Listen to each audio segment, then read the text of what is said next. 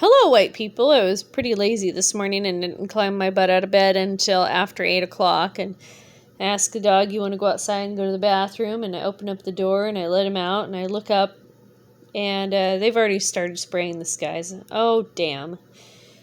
It was such a beautiful sunny day this morning, and before I made it to the door to let the dog out, I was singing "It's a Beautiful Day in the Neighborhood." I know you guys have heard my singing before. It's pretty bad. It makes people's eyes bleed. It's that bad. I won't do it again to you. I'll spare you.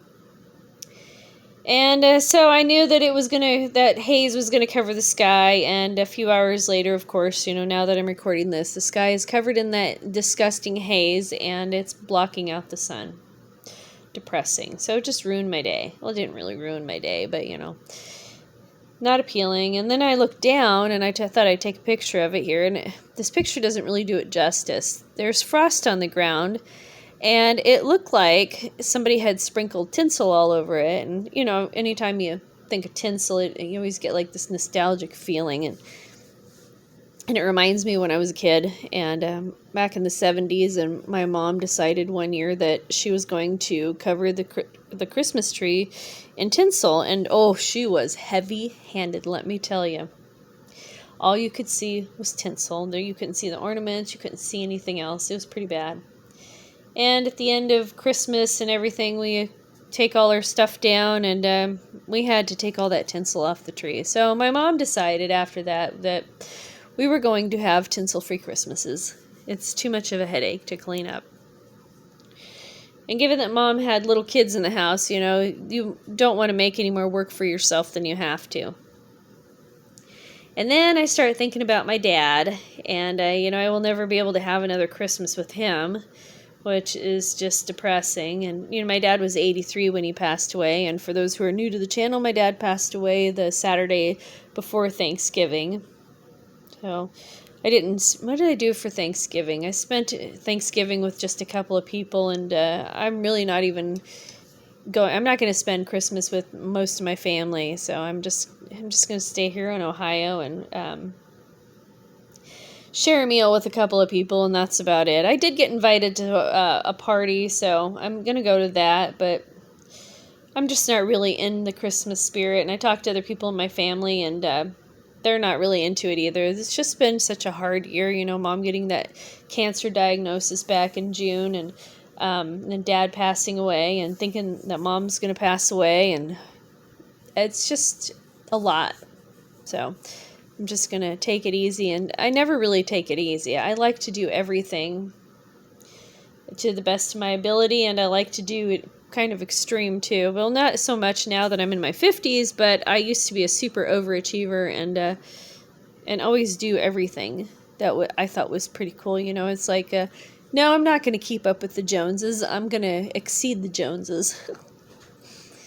And so my dad was a pretty amazing guy. I can't say that he was perfect by any means, but he was a pretty amazing guy. So when we moved onto our property back in the 70s in Southwest Washington, he built all the structures on that property from the ground up with his bare hands. He was an amazing carpenter and craftsman. My dad was a carpenter, and he was a welder, and it was pretty amazing what he could build. And I remember when he was building our barn, and the one of the stalls had a ramp going up to the entrance. And I've talked about this in other videos. I don't understand why some entrances are built so high up off the ground.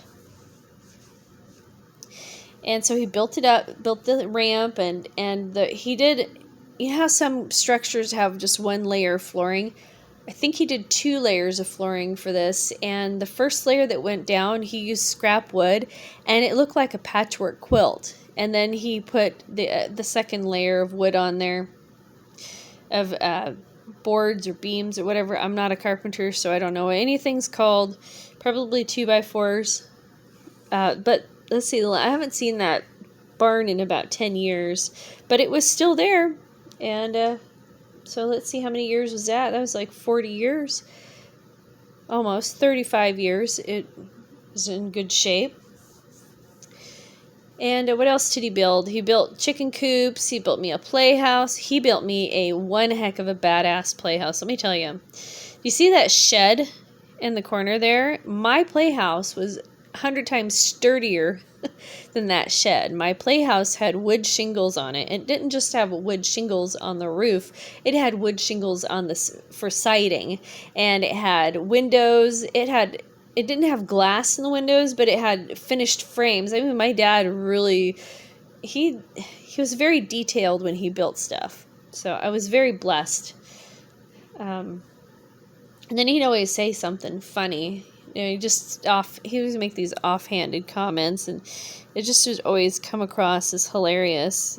Back when I was younger and had a lot of energy, and I remember when organic stuff became popular, and I decided I wanted to make everything organic one year when I was serving Christmas dinner, and I served not pot roast.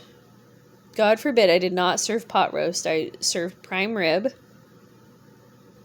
and Yorkshire pudding, and mashed potatoes, and gravy, and turkey, and stuffing, and what else? Lamb, and I even made rice to go with it. So I was nuts. I made 3 different meats with every side or fixin' that you could imagine. And my dad was eating. He says, "Yeah, this is so organic. I can taste the dirt."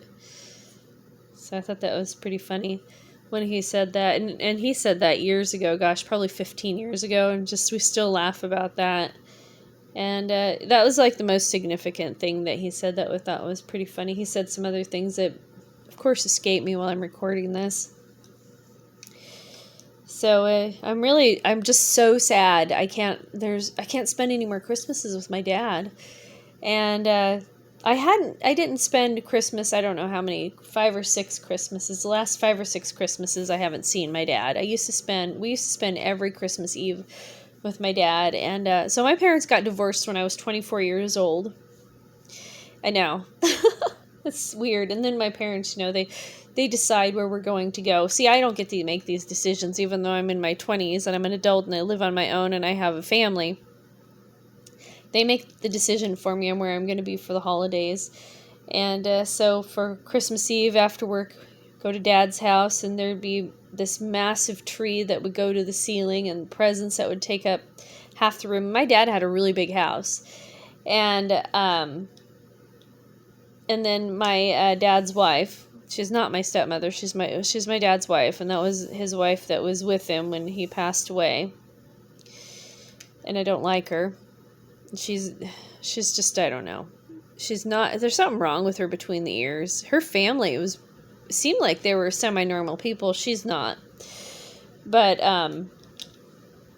his wife would cook, and the food was always terrible. And for 3 years in a row, she made the stuffing so salty you couldn't even swallow it. You know how sometimes the food is gross, you just suck it up and eat it. Oh no, this was so salty.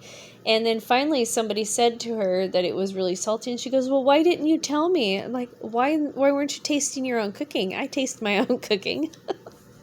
That's weird. Why wouldn't you taste your own cooking? But then we'd have Christmas. So before Grandma died back in 2002, we would go to Mom's house in the morning. Or no, wait a second. Christmas Eve. So Christmas Eve at Dad's. Then we get done there at around 11, and we go home, and about midnight, then we would open up Christmas gifts then. And then in the morning on Christmas Day, we'd go to my mother's house, and we would open up Christmas gifts. And then we'd go to my grandmother's house, and we'd open up Christmas gifts and have brunch. And then we would have Christmas dinner at my house. I know, that's a lot. How many places is it? So Dad, Mom, Grandma, my house. So I guess it's only 4 places. And then when my brother moved away, so Grandma died, and so we didn't go to Grandma's house, but my brother moved up near Seattle, and so he would come down the Saturday before Christmas, and so we would have a Christmas dinner with the family that Saturday before, and then Christmas Eve we got together. And then Christmas morning brunch, and then Christmas. I guess we only did 4 places, and then yeah, I guess only 4. I thought there was 5. I thought we did 5. We probably did do 5 places at one time, but now we're down to just 4. But I didn't see my family this Christmas, or I didn't get to see my brother and his family last year or this year. You know, when I go to Washington, I see my brother, but I didn't make a special trip out there the Saturday before Thanksgiving, because everybody, you know, went, everything just got stupid, and I just don't want to have any part of stupid. So anyway, here I am, just, you know, feeling nostalgic and looking at the ground and seeing tinsel, seeing, you know, the light reflecting off of the frost and making it look like tinsel, and feeling nostalgic and depressed, and it's like, gee. So I'm not really going to do anything. I didn't do much of anything for Thanksgiving I didn't do anything for Thanksgiving, actually. People brought stuff over. They came over and they hung out with us and they brought us food. And then I'm going to make a little bit of food for Christmas and some pies. I'm making 2 cheesecakes. And we got invited to a party on Friday. And then making cheesecakes and apple pie. And I don't know if anybody read my comment, but I make it like a 10-pound apple pie. And this year I'm only going to make a 9-pound apple pie. So my trick is to find a really big baking dish, huge baking dish. Make this massive crust, put that in there, make sure you poke holes in it so that it'll cook evenly. And if you cook the crust a little bit before you put the pie filling in, it'll keep it from getting too soggy, but it doesn't make a difference. It tastes really good. And then, oh shoot, and I didn't get lemons. I need lemons for my apples. And so I take the apples, and I used to have this thing where you'd spin it around, and I did a video about that. You would core and slice up the apple, and now I got to do this by hand with a knife, which is all right. Peel and core it, slice it, put it in a big pot of cold water with lemon juice in there, freshly squeezed lemon juice, and it keeps the apple from turning brown. And then I'd take that out of the water. I'd, drain it, but I wouldn't be neurotic about patting anything dry. And then I would, and I did it exactly how my mother did it. I'd take some flour and I'd coat it in flour, and because you need because when the apples cook, they're full of water, and you will have a very soggy apple pie if you don't put anything in there, like cornstarch or flour or arrowroot powder, whatever. I just put flour in there. Maybe a couple of, 2-3 tablespoons. But I coat the apple slices in it so I can get an idea how much I have in there. And then I'll sprinkle it with sugar and cinnamon. And my son's girlfriend, one year, she came over for Christmas and helped me put together dessert. And she said, let's put some nutmeg in it. That's what I do. And so now I add nutmeg to it, because it really does take it up to another level when you add a little bit of nutmeg in with the apple pie.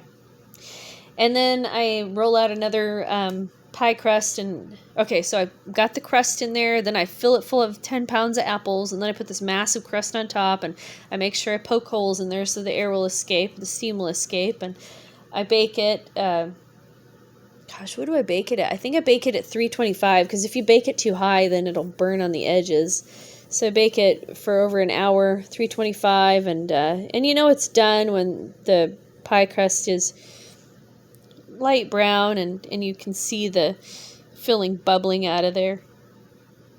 So that is something that I love to make, and you can just eat on that for days on end. It's not like meat, meat will go bad, whatever, and you can leave it on the counter for a day or two and it won't hurt anything, and then you shove it in the fridge and you just keep grazing on it. It's a beautiful thing. Then I'm going to make pumpkin pie, and I already mentioned cheesecake. I found this cheesecake recipe in this cookbook, Good Housekeeping illustrated version, whatever, and it doesn't use sour cream. I don't like cheesecake with sour cream in it. I think it tastes weird because all you're tasting is sour cream. And so that's what I'm going to make, and I'm going to take a cheesecake to my party on Friday. I'm pretty excited about that, and got to go to the grocery store and go get a few things to finish it up, and and I'll be good to go. So, what do you guys got planned for Christmas? And I appreciate you listening to me. Thank you so much. I look forward to your thoughts below.